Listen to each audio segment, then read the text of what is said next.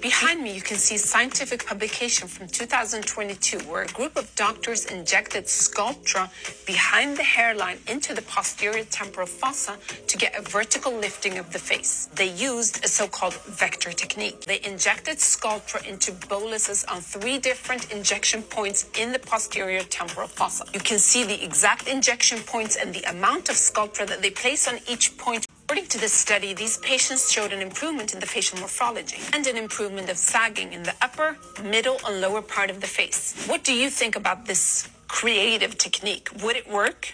What do we think about this vector technique with Sculptra, about this study? Well, I have the right person to ask this question. We got to ask the best facial plastic surgeon in Colorado, which is Dr. Weber. Of course, I'm going to go there and bother him. I need to have questions answered here. Let's go.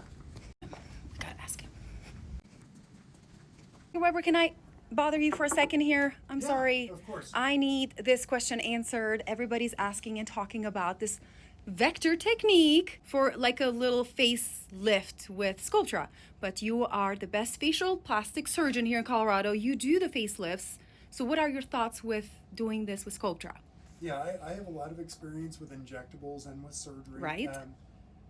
I've seen this recent study on Sculptra to create a vectored lift.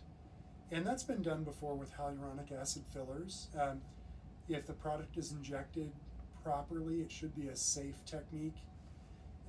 There's some concern about potential damage to hair follicles and hair loss, but if you think about it, we're injecting the product into the subcutaneous plane, and if you're in that right plane, the hair follicles should be safe. Right. The only limitation to doing this is that when we're adding volume with a filler, there's only a certain amount that we can add before we start to make people look unnatural or overfilled. And so there is a certain point where patients are no longer a great candidate for injectables, but they really need surgery. Right. And I think for those patients that need surgery, if you're going to do an injectable technique, they're probably going to be disappointed. So we need to have both tools in our toolbox. Exactly. But for an early surgical candidate or a non-surgical candidate, this type of technique can be really effective and safe if the product is injected properly.